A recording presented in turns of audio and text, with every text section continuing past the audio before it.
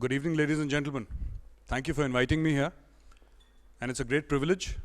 Before I start my lecture, uh, I'd like to mention a couple of things which would put things in perspective. First of all, the organizers have made me very uncomfortable. I'm sitting next to two generals.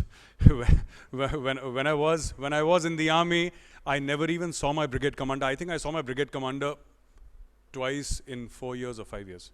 All right?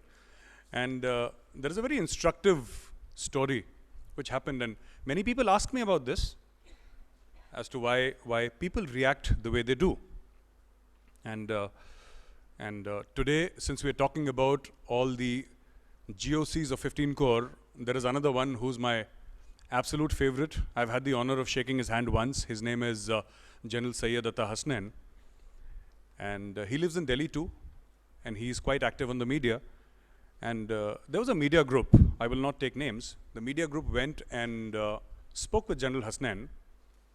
And after that, after a break of 1.5 hours, they came to my residence and spoke to me.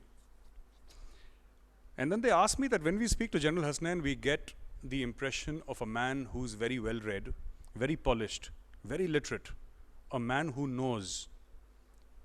When we speak to you, we get the impression of a man who's always warmongering. Isko maar do, ye kar do, wo kar do. You keep on saying stuff. Why is it like that? I said General Hasnain was a corps commander and I was a company commander. They said, what is the difference between a corps commander and a company commander? I said the difference is like from Earth to Jupiter. That is the difference. So the difference in language. So now I will start my talk about Indo-Pak relations, and I will start speaking on. It's not very structured. Please feel free to step in wherever you wish to and ask questions if you have any. It's important that we start pre-1947 to understand the psyche of Pakistan. I'm a history student. I majored in history. And it's very interesting for a person like me. Pakistan was not something that was created by Muhammad Ali Jinnah. I believe Jinnah was the face of the movement. Pakistan was not even created by the intellectual class. They might have given it impetus. Pakistan was the need of the Waderas and the landlords of Punjab and Sindh. It was the intellectual need of the intellectual class of people like General Patankar mentioned, the Muslims of UP and Bihar, who comprised of much of our bureaucracy, the ICS, during British rule. Now, Pakistan was based on the concept of the two-nation theory. And let's keep it simple. What was the two-nation theory? It means a lot, but if I were to sort of try and explain to you in one line, it basically means that Hindus and Muslims cannot live together. They are separate nations. अगर साथ रहेंगे तो मुसीबत होगी. They are two cultures, they are two civilizations, they are two nations. They need to live together. That was the premise of the two-nation theory, which every Pakistani will try his best and protect whenever you get into an argument with them, because that is the reason for the creation of their nation, or so they believe. When the partition happened, it was very violent. You know, people who had been living as neighbors for generations together suddenly turned on each other, started killing. There was bloodshed at a massive scale, scarcely seen in the annals of mankind. At that level, millions of people were displaced, lakhs of people died, and all that. And this has left a very deep scar on the mindset of Pakistan. Why should it? Because if you look at the Delhi Sultanate, right from the rulers, Altamash or Qutbuddin Aibak to Razia Sultan, and later on the Lodi dynasty, and then the Mughal dynasty, till 1857, till the time they got rid of Bahadur Shah Zafar, right? India has been under Muslim rule, one way or the other. Now, for intellectual Muslims to feel that they would be isolated, whether because of elections where they lost before 1947 or whatever the reason may be, It cannot be that for the past 800 years, in spite of being in a minority, you were very comfortable because you were ruling. And suddenly there is a democratic dispensation in which you feel that you will not have ruler status, you want a separate country. And this is pretty much what happened. I know I'm oversimplifying things, but this is the root of what happened there. This insecurity manifests itself into pole position for the Pakistan army in many ways. Pakistani army has traditionally filled up a leadership vacuum in Pakistan. After Muhammad Ali Jinnah, all their politicians were absolutely useless, and the army was, in fact, you know, the Pakistani army is the only institution in Pakistan that works, honestly. So there is a brigade, correct me if I'm wrong, I think is the 111 brigade of the Pakistan army, which is supposed to be the coup brigade. So whenever they want to throw the prime minister off, or they want to throw the civilian government out, they use this brigade to, you know, lead the coup. And so it happened. So everything from electricity bill collection to running of dams to running of you know, utility services, Pakistani army has done it because it is the only credible institution. Now this credibility goes up and down like the stock market in Pakistan. So in let us say during the regime of Pervez Musharraf, people would hate it. Not hate it as you think hate would be, but you know, dislike it because of the Lal Masjid episode. During the reign of, and I'm saying reign very carefully because it is actually the reign. The Pakistani army chief is the parliament, the Supreme Court, and the stock exchange rolled into one. All right? Please understand this. And they might not say it publicly, and many of you may disagree, but it's a fact that I very strongly believe in. So after Pervez Musharraf came General Ashfaq Pervez Kiani. He was looked at with a lot of derision within the people of Pakistan because he took no strong steps. And that was the time when Imran Khan was saying, let's speak to the Taliban, and you know, they are our brothers and they are misled, and let's speak to them and all that. And today, the entire Pakistani nation is cheering for General Rahil Sharif, who's about to retire on 29th of November. Why are they cheering for General Rahil Sharif? This will help you understand the Pakistani psyche. They're cheering for this person because this person has delivered to their own mind. In their own mind, this person has delivered. This person's brother was, I think his name was Rana Shabir Sharif, Major Rana Shabir Sharif. And he died fighting against India in 1971. So he comes from a family of war heroes. He's got tremendous credibility within Pakistan. And this man has delivered. He launched Zarb-e-Azb, which was an operation to flush out terrorists. Good and bad terrorists, that is a matter of separate debate, because Pakistan will always have a certain number of terrorists who are good to them. And those are good terrorists, not to be eliminated. They are their insurance policy against India. A very quick question. Pakistan has, I think, had 4 military coups. All right? When you think of a military coup, you think about soldiers marching with boots, tanks on the road, you know, vehicles on the road, machine gun toting guards. How many people would have died in all the 4 coups in Pakistan? Any guesses? Okay, nobody died. All right? Bhutto, they hanged later. But he didn't die in the coup per se. So basically nobody dies. People go to the streets, they distribute sweets, and everything is hunky-dory, and people are forever welcoming the army. Democracy is not a concept that Pakistanis understand. It's not natural to them, right? So whenever there is a problem in Pakistan, I mean, if somebody can't sort out the problem of electricity, you'll have posters in Rawalpindi, and you'll have posters in Hyderabad, Sindh, and right from Muzaffarabad everywhere saying that General Rahil Sharif, ab bahut ho gaya, ab aap aa jaiye aur Nawaz Sharif ko nikal dijiye yahan se, and all that drama will happen. And then the army will take down the posters, which were, I think, sponsored initially by the army only or the ISI. You know, they keep on propping up their own chiefs. When we talk about Kashmir, and General Patankar mentioned a very instructive book, and I would request all of you, if you can get a hold of that book, The Bear Trap. It's a wonderful book. You must read that book. And the entire Kashmir, the militant dimensions of the Kashmir issue. All right? So Kashmir has been politically volatile. There are only two theories which Kashmiri separatists would understand. One is the theory of victimization, कि जनाब हमारे साथ बड़ा बुरा हुआ है. I'm talking about Kashmiri separatists, all right? So one is the theory of victimization, and the other theory is the theory of overwhelming superiority. Either they are victims or they will sit on your head.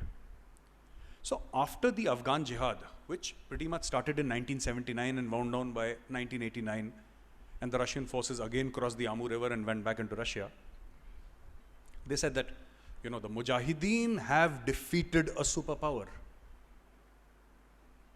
Just for your information and knowledge, before American dollars and Stinger missiles and weapons started flowing into Afghanistan, these same Mujahideen were getting a hammering of their lifetimes. And there is a very good movie that you must see. It's called Charlie Wilson's War. If you haven't seen it, you must. Okay, it's made in a fun way, but it's instructive nonetheless. So, a lot of what you saw initially was in Kashmir was what the Pakistani army learnt during the Afghan Jihad. And they learnt their lessons well. The reason why they weren't successful is that no army, whether it's the US army fighting in Korea or Vietnam, or is the Russian army trying to fight in Afghanistan, or our own army which went into Sri Lanka for the IPKF operations, is very difficult to, I cannot come inside your house and beat you up. Now, you are trying to replicate what you did against the Soviets in Afghanistan in Kashmir. Kashmir is my country. Kashmir is part of my country. You can't replicate something that was inorganic. All right? This is organic. Kashmir is part of India. Whether it's Kashmir, which is the Srinagar Kashmir, or it is the Pakistan occupied Kashmir. That was one of the reasons we fight. I often tell people, and it finds resonance with a lot of people, because I say it, and I'm speaking about the Indian Army. I spent a very short time there, but I'll tell you, the Indian Army is not just, the Indian Army is not just a powerful army. It's also a moral army. And it's very important that you understand this. It's not only a powerful army, it's also a moral army. And the Indian Army is not strong because we have weapons. We are strong because we are right. And in Kashmir,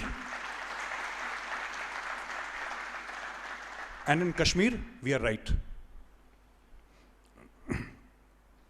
Now, if you look at the map of Pakistan, I don't have a slide per se, but I'm sure you've seen the map of Pakistan. Pakistan is around 300 odd miles wide. I'm not being very accurate here, I'm just giving you a very broad brushed figure, and about 1,200 miles long. Pakistan has frontage. Pakistan does not have the depth to fight a war as much as they would want. Now they're caught. Now their geostrategic location is very, very important, which is a result, which results in billions of dollars of inflow every year to Pakistan. It makes it one of the most important geostrategic countries in the world. But it's my own understanding, my personal understanding, that it also makes Pakistan a little bit insecure. You have this nation which is 5 to 6 times larger than you on your east. You have Afghanistan, which was traditionally unfriendly. You have Iran, which is 98% Shia or 97% Shia. So what Pakistan does is, you have the Haqqani network there, all right? So somebody will speak about the Quetta Shura, and you will have trumpets playing about the Afghan Taliban. And here this side, on the border with Iran, you'll have the Jundullah. And towards Kashmir, General Patankar has already got into great detail and told you what's happening in Kashmir. So I think strategic depth is one of the requirements of Pakistan. I'm not qualified to comment whether it's a right requirement or a wrong requirement, but there is a requirement within the military thinking, within GHQ Rawalpindi, that strategic depth is something that we must have. So, if you do not have land, then what do you have? You have zones of influence, right? So you have the Afghan Taliban controlling large areas in Afghanistan still. You have the Jundullah trying to make inroads because that part of Iran which borders Pakistan is also Baluchistan, and there are Baluch there also. So you try to extend your zone of influence, even though the Baluchis hate them. You try something with Khalistan here, in the Punjab. And of course, Kashmir. Now, two things quickly. You have Pakistan here, which is trying to increase its zone of influence, always, because of a deep-rooted and deep-seated insecurity in its mind. And then, you will come across a lot of Pakistanis who will actually tell you that they have won all their wars against India. They will tell you this. They will tell you that we won the 71 war, but because of our own politicians, we lost it. And I have met Pakistanis who will say that we hammered you in 1965 and we smashed you in 1947-48. That war was over a year long. And देखा हमने आपके साथ कारगिल में क्या करा. And for a student of logic, and I think all of us have read mathematics, and we believe in logic, and it's very difficult for an Indian to figure out why are these guys saying such things. Are they lying? No, they're not lying. Lying is something that you do deliberately. They actually believe. You see, they've been brought up with these lies. I said it on a TV show, and that Pakistani gentleman got very offended, and I told him that 70 साल से आपने अपनी कौम को अफीम खिला रखी है. For 70 years, you've been feeding opium. 3 generations have gone by. And this fascination for Kashmir refuses to end. It refuses to end. Because if you take away the Kashmir narrative from Pakistan, there is nothing left. It's an empty vessel. There is nothing else. Pakistan has nothing. Okay. Does Pakistan have any great brand that you've heard of? Does Pakistan export software? Is it a manufacturing hub? It does nothing. There is only Kashmir, and they're riding a tiger. Tomorrow, if Nawaz Sharif comes and he welcomes Atal Bihari Vajpayee ji at Minar-e-Pakistan, right? There will be a Kargil. Though Kargil was longer in the planning, it wasn't planned on that day, but the fact of the matter remains that Pakistani army cannot exist unless it is in conflict with India. Many of these things are common knowledge, what I'm saying today. Many of these things are common knowledge. And yet, many of these things are things that I truly believe in my heart. Wrong or right, I believe them. So I'm sharing them with you. You know, it's very interesting to note here. It's very interesting to note here that General Patankar made that comment that every country has an army, and in Pakistan, the army has a country. And many of you laughed, but it's true, that comment is very true.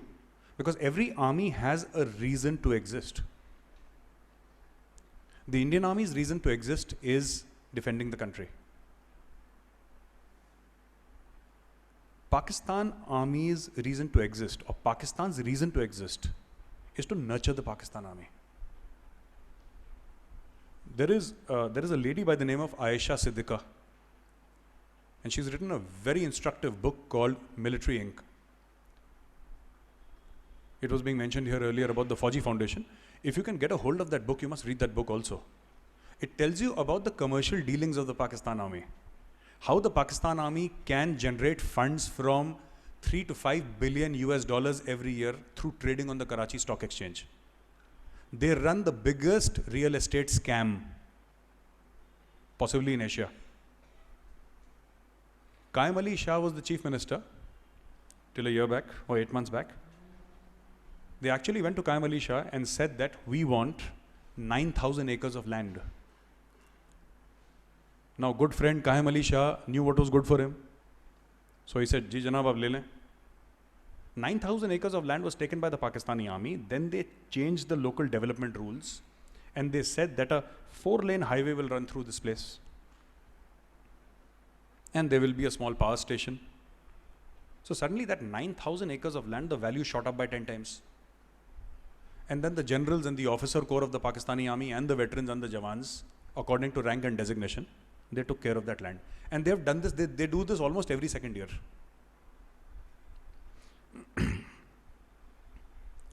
Now, when you speak about Kashmir, and Kashmir is central to our discussion about Pakistan, because if we start discussing trade, each one of you will go to sleep because nobody is interested in trade with Pakistan. The thing is that if you for 70 years, you know what has been said, that one day Kashmir will be ours. एक दिन कश्मीर हमारा होगा, ये सिखाया जाता है बचपन से कि एक दिन ज़रूर कश्मीर हमारा होगा. और जिस दिन कश्मीर हमारा होगा, जिस दिन सड़कें जो हैं अपने आप चौड़ी हो जाएंगी, नल में अपने आप पानी आना शुरू हो जाएगा, और इंशाअल्लाह हमारी क्रिकेट टीम भी जरूर जीतेगी. पर ये आज नहीं हो सकता, ये तब होगा जब कश्मीर हमारा होगा. So everybody will wait for the next 70 years कि कश्मीर हमारा होगा एक दिन.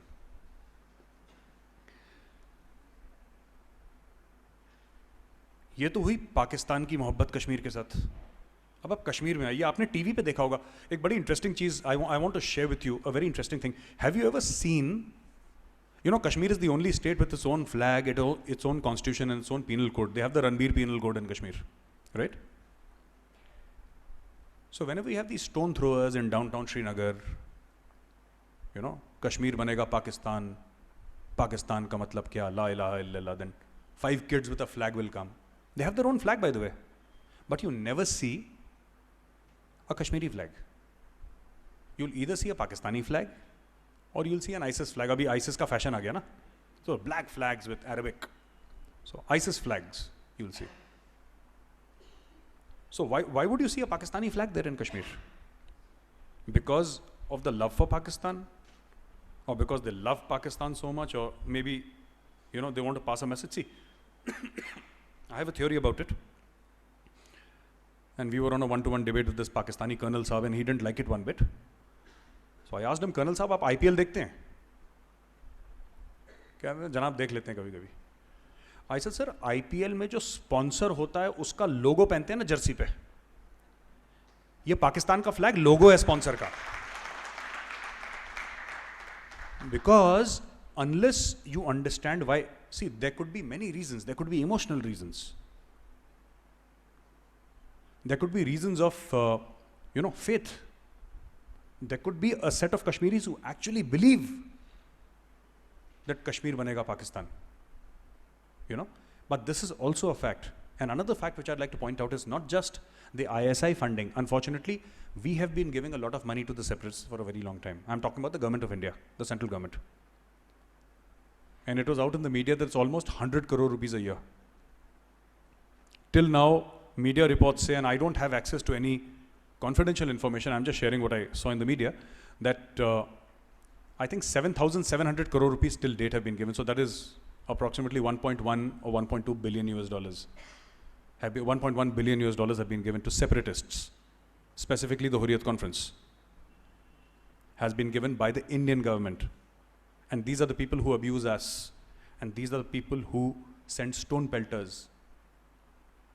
And these are the people who जो बच्चों की लाशों पे सियासत करते हैं. 5 साल का बच्चा मिलिट्री बंकर के सामने क्या कर रहा था? जनाब आपने पैलेट गन से मार दिया. किसने मार दिया पैलेट गन से? Unfortunate. I am also a father. I understand the pain. But मुझे बात समझ में नहीं आती, बच्चा मिलिट्री बंकर के सामने, क्योंकि एक माहौल बनता है. It's not something that happens that, you know, these CRPF people or the Jammu and Kashmir people, anyway, those people against whom, you know, the pellet guns, these are not the Indian Army. Indian Army does not, I don't think Indian Army even knows what a pellet gun is. Standard issue weapon is an AK-47 or a 5.56 INSAS. So pellet guns, so we don't use. But how does that small child come in front of a military bunker? कौन लाता है उसको? वो कौन माँ है और कौन बाप है जो अपने 5 साल के बच्चे को बोलते हैं कि अब 2000 लोगों ने बंकर घेर लिया है, 1000 लोगों ने बंकर घेर लिया, बेटा तुम सामने आके खड़े हो जाओ, तुम्हें लड्डू मिलेगा. Who are these people? And who are these people who send their kids to a certain death. I was speaking to Gaurav Sawant, he's in the media and he's a very close friend. And he's a Fauji brat also, his father was in the army. And Gaurav Sawant did a story he works for India Today TV. And Gaurav did, we were together in college also. So Gaurav was my junior in college. And when I was speaking to him, he said that there are cases of people getting hurt and then separatist sympathizers or terrorists not allowing the ambulances to reach the hospital. Thank you. So you have these instant martyrs. जैसे Maggi बनती है ना 2 minute Maggi 5 minute 5 minute में शहीद तैयार कल जनाजा होगा फिर 2 लाख लोग इकट्ठा होंगे फिर हिंदुस्तान मुर्दाबाद के नारे this is a factory and when I say these people please I would like to make a clear cut distinction I'm not talking about common Kashmiris I'm talking about separatists I'm talking about people who pick up a weapon I was extremely frustrated when Burhan Wani was killed and people started, our own media started treating him like a hero. You know, and I was asked by this lady who happens to be a lawyer in the Supreme Court and she asked me that, you know, why did Burhan को मारा क्यों? You know, usko mara kyun? And as I told you, I was a company commander. I had around 120 men under me. So maybe intellectually I'm not that evolved. But I know that Rashtriya Rifles was involved in the operation. And later on, I was just speaking to fellow panelists and I said, what is the expectation from us? Why did you send us after Burhan Wani? उसको दावत पे बुलाना था, क्या करना था उसके साथ? नहीं अगर उसको नहीं मारते तो कश्मीर में इतना मसला नहीं होता हो गया तो क्या हुआ you go on Facebook you go on Twitter and you से एम्बुश इंडियन आर्मी यू से kill the security forces you encourage people to kill the sarpanch of villages I'm talking about Burhan Wani okay you do all of this his father's interview was taken on TV and his father said when his father was उनके father से पूछा कि aren't you afraid your son is fighting against the security forces and your son will be killed so the father said नहीं ये तो खुदा की राह पे चल दिया है पहले अल्लाह फिर बेटा तो फिर मसला क्या है why is everybody saying in the media that इसको मार दिया तो क्या हुआ इसका what does the Indian army do it kills the enemies of the state it protects the country from all enemies foreign and domestic that is what the Indian army does and everywhere you go to Bombay you go to Bangalore everybody इसको मार क्यों दिया गलती हो गई साहब मार दिया this is see had he been in China there would have been no Burhan Wani created you know people say कि वो currency notes बंद कर दिए so there is a lot of inconvenience I agree there is a lot of inconvenience but there was a leader in China called Mao Zedong and he had something called the Long March because he decided that rapid industrialization of China was a very good idea you know there should be rapid industrialization of China was an agrarian society उस rapid industrialization के चक्कर में 35 million people died in China Mao Zedong killed more people than Adolf Hitler and Adolf Hitler is a villain and this guy is a hero Chinese yuan में उसकी photo लगती है you see so nations do not live on their knees nations are not made by people who apologize and sometimes you have to do things that are not I'm talking about operations in Kashmir and I can tell you I don't have tremendous exposure I can't say that I'm an expert I'm no expert in anything yeah but I'll just tell you the kind of restraint that the Indian army exercises in Kashmir all right the kind of restraint is tremendous it's tremendous the kind of activities you know Operation Sadbhavna and such activities that the Indian army has done no army does this Americans tried to do this in Afghanistan and Iraq, they failed. Our army has done it very successfully. One of the reasons, yes, like General Saab mentioned, we are very good at execution. And number two, also, this is our country, ज़मीन हमारी है. हम किसी के मुल्क में नहीं गए अटैक करने के लिए. This is our land, which is why we are successful. Because we speak from a position of a moral high ground. You know, as I told you, we are not just a powerful army. We are a moral army. Now, many people also ask, how would you solve the Kashmir issue?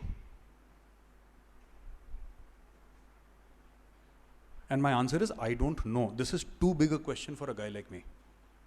I don't know how you'll solve the Kashmir issue. But one thing I do know here, and one thing I believe in, I could be factually incorrect, and let me admit that I could be factually incorrect. But one thing I'll admit from the core of my heart, which I believe, that any solution of the Kashmir issue, the Pakistani army is standing in between. It is not in the interest of the Pakistani army that there should be a solution to the Kashmir problem, unless the solution is what they think it should be. And even if tomorrow we were to give them, for example, and heaven forbid 1,000 times, God forbid 1,000 times, even if we were to say on a platter that, hey, take everything, yaar, Jammu le lo, Kashmir le lo, Ladakh le lo, khush raho. It's not going to stop there. This fight is existential. The Pakistani armies perceive themselves as the rightful heirs of the Mughal Empire. You speak to a Pakistani, साहब हम ताजमहल छोड़ गए, हमने मुल्क बना दिया, ताजमहल छोड़ गए. Now this defies all logic. It's, you know, such kind of thinking is very difficult for a logical human being to even understand and process. But that is how they work. So, you have people-to-people interaction. It's not going to solve anything. You want to diplomatically isolate Pakistan? Yes, certainly, it will have an impact. You want to have economic sanction on Pakistan? Definitely. But we have a case study here. Somebody wrote an article that, you know, China has two mad dogs, one Pakistan and one North Korea. Now, there is this mad dog theory. Ki hota kya hai? You have put tremendous economic sanctions on Pakistan. No, sorry, North Korea. Hua kya uska? Kuch bhi nahi hua. Even today, the United States and the rest of the world does not know how to deal with North Korea. And every Thursday, this Kim Jong, whatever his name is, the short guy will come wearing a suit and say that I'll shoot off one missile to Washington. He keeps on speaking nonsense and they can do nothing about it. Similarly with Pakistan, see, you can hammer Nawaz Sharif, all right? You go, you hammer Nawaz Sharif without realizing that the boss is Rahil Sharif. And the Americans are very practical. So you have John Kerry always making that 20-25 kilometer drive from Islamabad to Rawalpindi to pay his respects to the army chief. You will always have, unless it's of course a US president is a very big person to go to a GHQ of the Pakistan army, but even secretaries of state, secretary of defense, you will always find them going to GHQ Rawalpindi because they know where the buttons are. They know where the buttons are. They know that the Pakistani army literally controls Pakistan. So, when you look at Kashmir from the prism of the Pakistani army, it is all about credibility. From the Pakistan army mindset, it's all about credibility. The Pakistani army will lose whatever position it has in the Pakistani hearts and minds if it were to be seen as compromising even 0.001% on the Kashmir issue. They cannot afford to do it. They just cannot afford to do it. And any person who tries to talk, anyone, any prime minister, you know, Pakistan is the only country which has a very rich culture of hanging, shooting, imprisoning, extraditing, or throwing out, putting prime ministers on the exit control list. Which country puts a prime minister on the exit control list?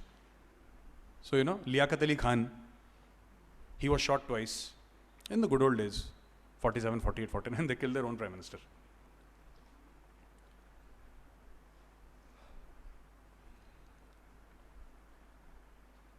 three things that we must understand, and I say this to you with a lot of certainty, three things that we must understand here. The Pakistani army will not stop doing whatever it does unless it is physically stopped. Okay? It's like a vehicle without a driver, jiska brake fail ho chuka hai. Now you have to physically stop that vehicle if you want it to stop. Otherwise it will keep on going in perpetuity. That is number one. Number two, there are about 300 to 500 families which control Pakistan. And Pakistani army does not just guard the physical frontiers of Pakistan, it says we also guard the ideological frontiers of Pakistan. And what are the ideological frontiers of Pakistan? The two-nation theory that we discussed some time back, and also the fact that there has to be a state of perpetual enmity with India. If that enmity finishes, agar ye dushmani khatam ho gayi, to fir sara masla hi khatam ho gaya. Then there is nothing to talk about, right? This is the second point. And third point is that this powerful elite in Pakistan, and just because you're the Prime Minister of the country does not mean that you're part of that elite. To become a part of that elite, you have to have faith. It is faith-based. You have to have faith. You have to have allegiance to that ideology that the Pakistani army claims to defend. That is point number three. Now, all these three factors together will ensure that there is no permanent peace. And this is one of the reasons why there hasn't been permanent peace. There will be patches of peace between India and Pakistan. There will be patches of peace. Like, for example, there has been substantial peace after 1962 with China.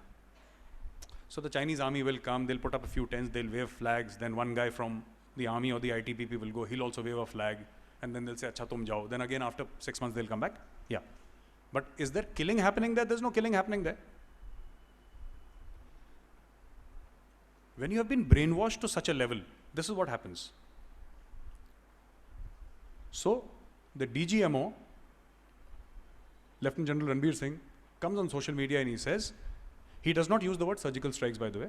He said we carried out an operation across the line of control. And being at the level of a DGMO, your words are very, very carefully chosen. Matlab, a DGMO is a very, very senior person.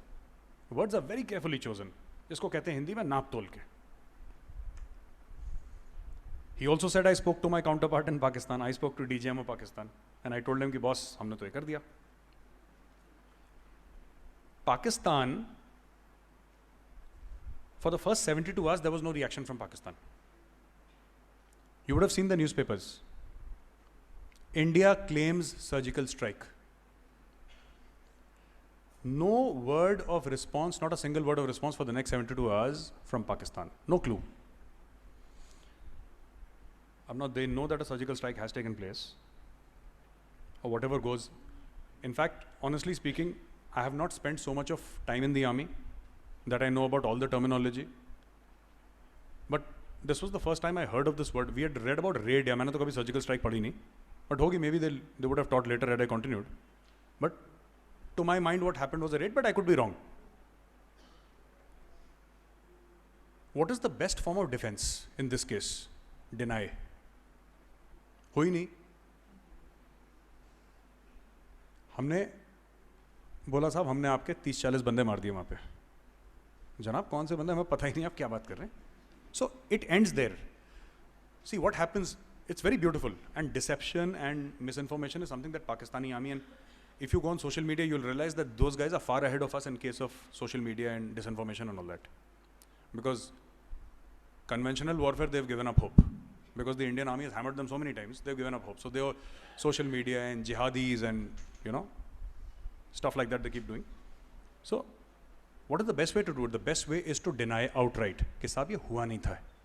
And this speaks of the mindset of the Pakistan army, right? Accept what you want to accept.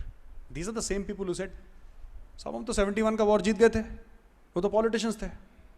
सब कारगिल में जीते. कारगिल में इतनी बुरी मार मारी थी पाकिस्तानियों को कि they will not forget. The grandsons will not forget. कि साहब हम तो जीत गए थे. It's like, and now Indians have nothing to say because they said here. Now, how do you respond to such a thing like this? It's foolishness, right? But they will continue, and They believe it. Some don't, most believe it. So, coming back to our topic, I think Kashmir will always cast a very heavy shadow on India-Pakistan relationships in perpetuity. This is my belief. I do not believe that a diplomatic or political solution is viable. Why am I saying this? Because for the past 70 years, I have not seen a permanent solution worked out. Now, one is an incident. If something happens for the first time, it's an incident. If it happens for the second time, it's a coincidence. Third time is a conspiracy. All right? तीसरी बार होता है वो साजिश है. So, there have been attempts, many a time from India, and once or twice from Pakistan also, that let's have peace. But I genuinely think that while it is important to engage with the political leadership of Pakistan, it is also important to quote unquote engage with the Pakistan army. And what is that engagement? That engagement cannot be a bouquet of roses. It has to be a hammer, right? And I gave this example. Somebody was mentioning here that you spoke about the grass and also. I'll just explain that example once again. Many people misunderstand when I say this. This is based on an Israeli concept. You have a house and you have a lawn in front of your house, and every week you cut grass, right? Grass grows, you cut the grass. It is not the grass's fault that you cut grass. Similarly, periodically you must go and hammer Pakistan even if it is not Pakistan's fault. Because see, because if you keep on saying to Pakistan that sab, they attacked and then we responded. I am 6 feet tall, you are 2 feet nothing, right? And I am going to react. हमारे पास बम है सब, हम मार देंगे सब, nuclear attack कर देंगे. Surgical strike करी, न्यूक्लियर अटैक क्या था, हुई नहीं. That was the response. So एक गीदड़ भपकियां, they threaten unnecessarily. It is important. See, why I am saying this? This is not to make it a dramatic statement that let's have war. Soldiers don't like war. They don't want war because we are the first people who die in a war. Why should we want war? But let us look at the situation for what it is. The situation is, and very honestly, the situation is that the narrative or the foreign policy of China, India, United States of America, Afghanistan, Iran, and now a little bit Bangladesh also. Is directed by GHQ Rawalpindi. वो Finland में क्या हुआ और Tanzania में क्या हुआ और Kenya में क्या हुआ, these important decisions Nawaz Sharif can take. You know, कि माली में हमें ट्रेड टाइज, हमने MFN स्टेटस दे दिया माली को. You know, टिम्बकटू में हमने एक दुकान खोल ली. All these important things Nawaz Sharif does. But if you talk about foreign policy of the countries that actually matter to Pakistan, and India being the chief country. So when you talk, I'm just thinking in my own mind and I keep on analyzing with whatever limited knowledge base I have. And I say that, okay, if Pakistan army is the one that is dictating foreign policy against India, why are we talking to Nawaz Sharif? I'm not saying talk to the Pakistan army. I'm saying why are we talking to Nawaz Sharif? Now, how many of you are aware that Nawaz Sharif had a bypass operation sometime back? Okay, few of you, okay. Few months back, Nawaz Sharif had a bypass operation.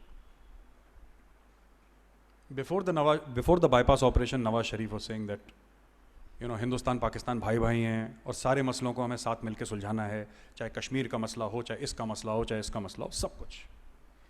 And we want peace and we want prosperity for our people. And he gave a typical election speech, and every 3 days he used to come up and say something about India, which was very positive, very warm, very loving. मोहब्बत हो गई हिंदुस्तान से. अब हुआ क्या? Nawaz Sharif साहब went to London, and one of the people who paid him a visit, जिसको उर्दू में कहते हैं मिजाज पुरसी के लिए, find out how you are, was the Director General of the ISI. Now, when you say that the Director General of ISI is visiting you in the Pakistani context, It can be truly terrifying. Bypass surgery खत्म हुई, जैसी bypass surgery खत्म हुई, Nawaz Sharif statements changed. He started saying there is no compromise on Kashmir. Then he gave that UNGA speech, General Assembly speech. Burhan Wani was a martyr. So people actually said that after the bypass operation, Nawaz Sharif had a change of heart. Right? Nawaz Sharif had a quiet change of heart. So anything that has to do with these 5-6 countries, especially India, it was never, unless you have the leader of the charisma of Zulfikar Ali Bhutto, right?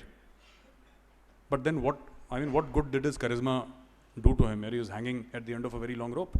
They killed him. A judicial murder ho gaya uska. So that is what I'm saying, that we must find out ways and means, first of all, to accept this reality. That it's not going to happen. Peace with Pakistan will not happen unless you address the root cause. There is a tap from which there are almost 35,000 registered and unregistered madrasas in Pakistan according to a 2014 count. Even if one madrasa sends just one student, okay? And these are just academic calculations, what I'm saying. They mean nothing, okay? Not that they're going to send one student, but I'm just saying, for the sake of conversation. The 35,000 people, that's more than 3 infantry divisions, yeah, of people who are willing to fight jihad in the name of religion against India. So Pakistan has this endless supply of people coming in from who are willing to fight. So they come inside, they cross the line of control, and the Indian army knocks them off. Then again they come, again they knock. And this thing has been happening for decades now. To my mind, to my own thinking in my own mind, we have to understand that there is a tap from which these jihadis flow, and unless that tap is shut off, they will keep on flowing. And again, to my own mind, and this is not some academic treatise that I'm quoting, because I keep on thinking about it, and I speak whatever I think. It may be practically possible or not, is the furthest thing from my mind. I just speak what comes to my mind, that, you know, unless you physically switch off that tap, jihadis will keep on flowing. And this is not likely to stop, because this is a cheap alternative for the Pakistan army. Jihad in Kashmir. It's a very cheap alternative. आपको फौज नहीं पालनी, आपको pensions नहीं देनी, आपको उतनी training नहीं करनी, क्या होता है? रिलीजियस इंडोक्ट्रिनेशन होता है, दौरा आम होता है, दौरा खास होता है, दौरा आम 3 हफ्ते का, दौरा खास 21 दिन का, उसके बाद बंदा तैयार है, भेजो अंदर, मर जाएगा, शहीद है, उसके पेरेंट्स को जाके बोल दिया जी आपका बच्चा शहीद हो गया. What does it mean? Is it accompanied by a check of 10 lakh rupees, 20 lakh rupees? No. आपका बच्चा शहीद हो गया, well done, have a good day, end of story. So there is this huge conveyor belt of would-be shaheeds in Pakistan. And this keeps on happening every time. So we need to address this issue. And finally, I'll close with one very important thing, which I've been meaning to talk, and I do talk about it, that I see over a period of time, and I do not claim to know what is the reason for it. Okay, and I don't even have a solution. But I see a lot of people in colleges, and I'm not just talking about JNU, people who say things which are poisonous.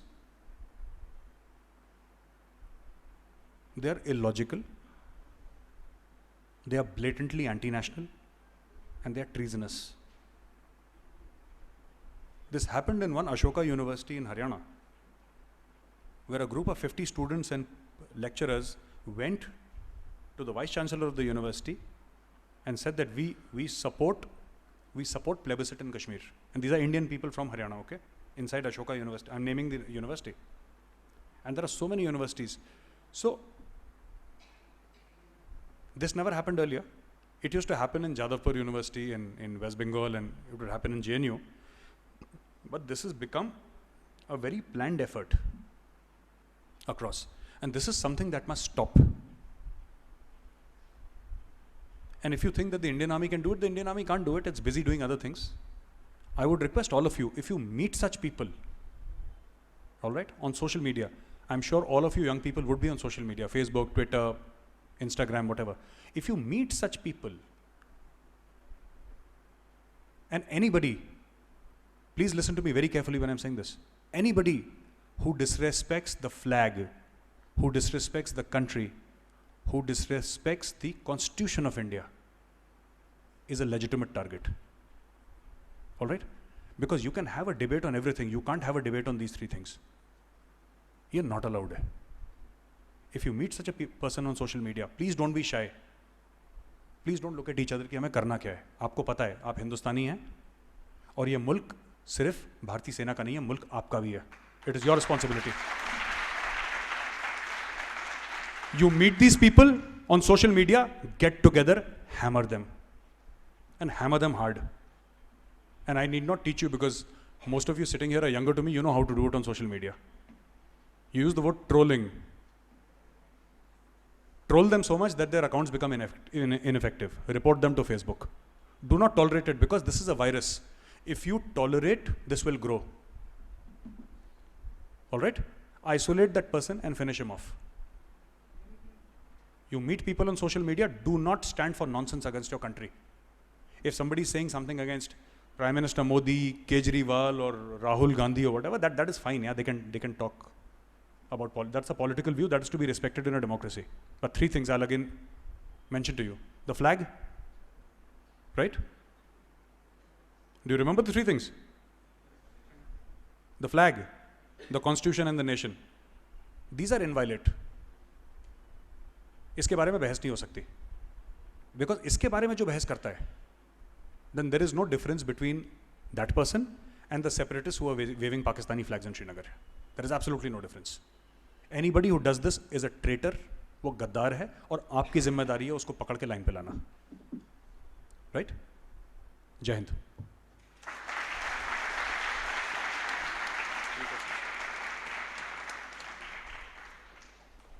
We'll go for a question answer session, a short question answer session.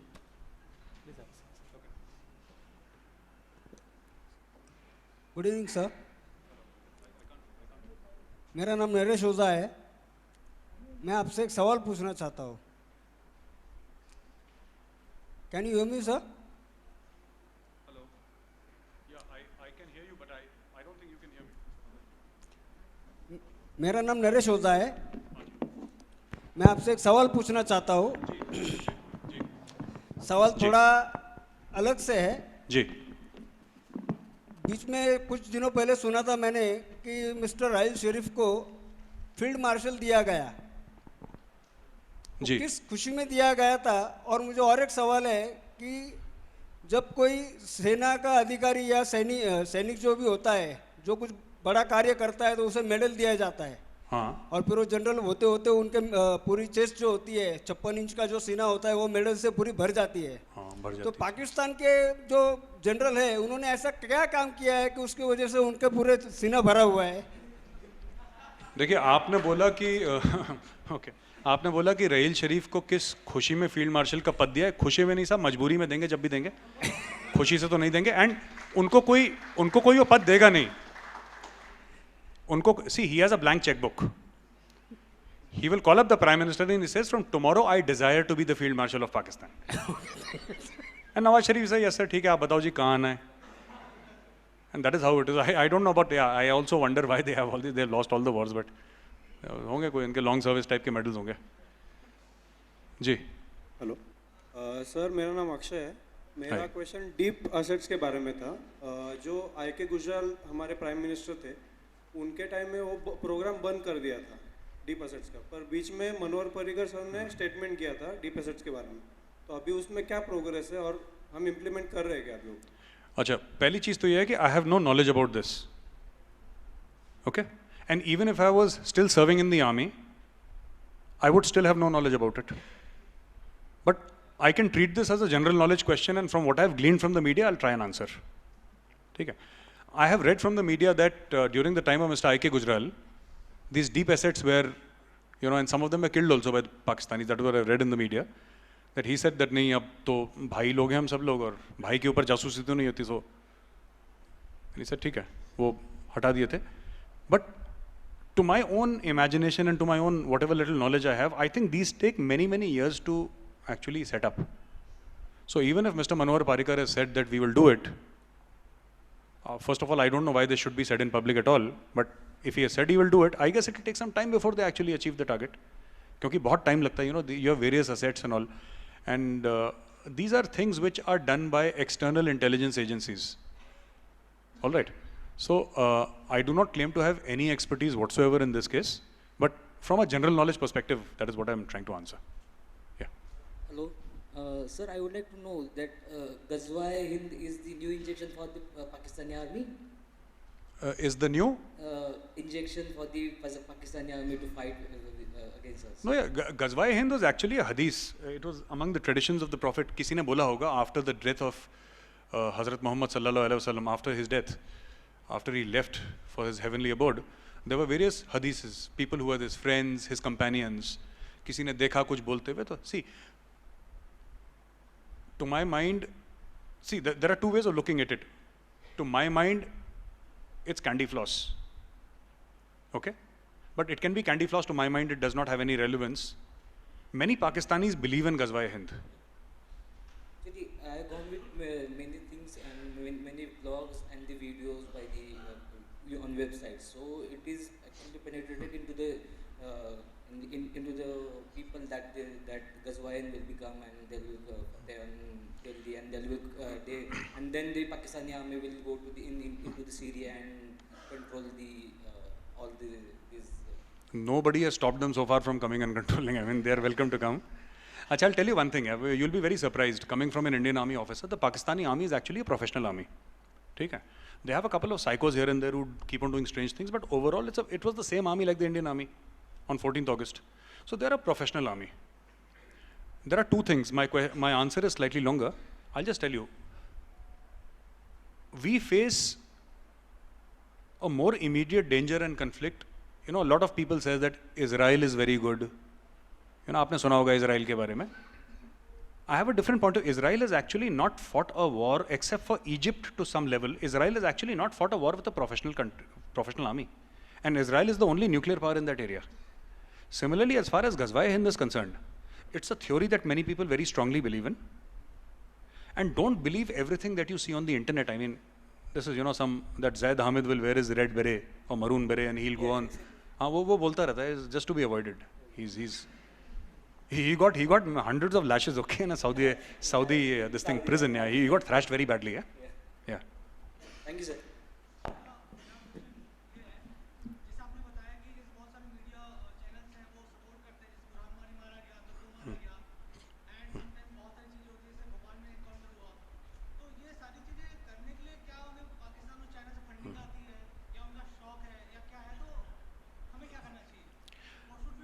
देखिए मुझे नहीं पता is your question over okay so मुझे नहीं पता funding आती है कि नहीं आती that is something that the chief of रॉ कैन टेल यू आती होगी कि नहीं आती होगी see I think over a period of time there is developed a culture in India okay of asking counter intuitive questions asking questions which are हर चीज़ में बहस करना हर चीज़ में पूछना और एक तरीके से ठीक भी है सो I do not think most of these media houses, I don't think they mean any harm. I'm not saying all of them, I'm saying most of them. They don't mean any harm. But at the same time, they do things which are not to be done, especially vis-a-vis the forces. Don't take your camera near the line of control. Right? The army has denied permission to a lot of media houses recently. So the BSF gave permission to someone. So from an English media channel.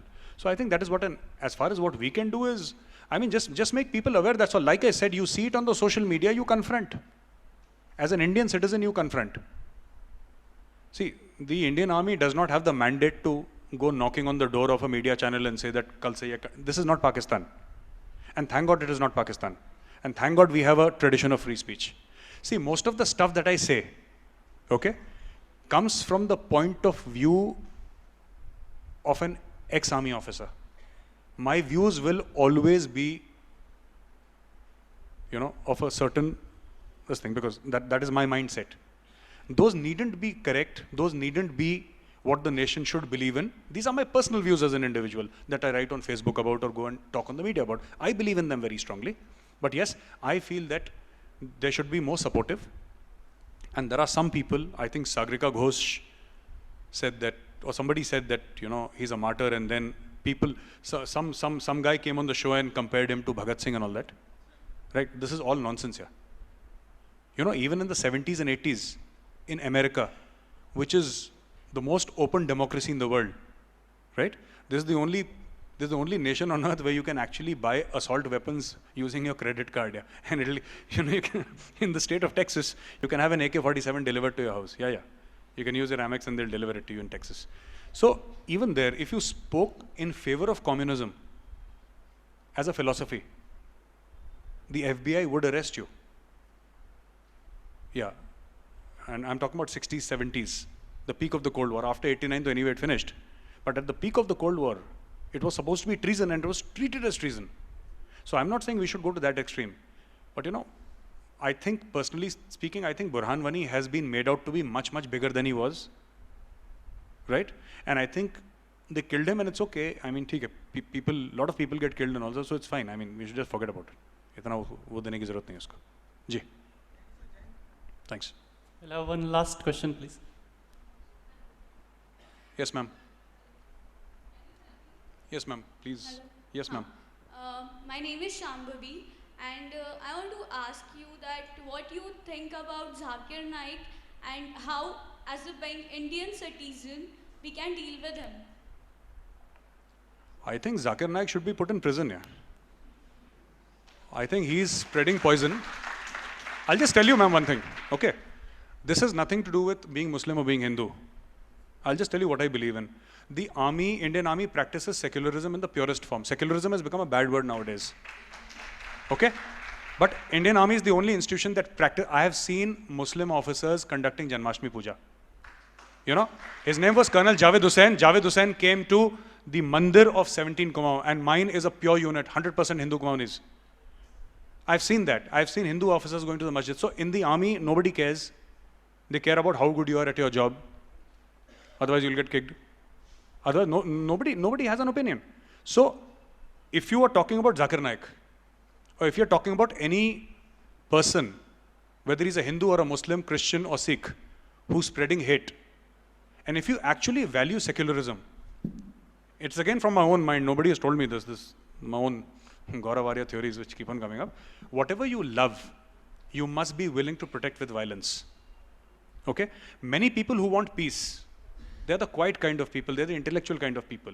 The people who want hate, they're the people who are carrying swords and lathis in their hands. It's very difficult to confront them. Now, there was this case of Nawazuddin Siddiqui. You must have heard about it. And the Shiv Sena said that, you know, we must not have Nawazuddin Siddiqui. So, you are being, I'm sorry, this is a much cliched term, but you're being intolerant. Similarly, but it has to apply to everybody equally. Okay? It cannot just apply to a Hindu and not to a Muslim, or a Sikh and not to a Christian. You spoke about Zakir Naik. That guy should be in jail. I'm surprised that he's not in jail. And if you ever meet an Indian Army officer, must ask him about his views on secularism, and he'll tell you what it actually means. Not these khadi-wearing netas who pata nahi spout nonsense and all that. Yeah. But ask army officers, they'll tell you, ki hota kya hai ye? Right?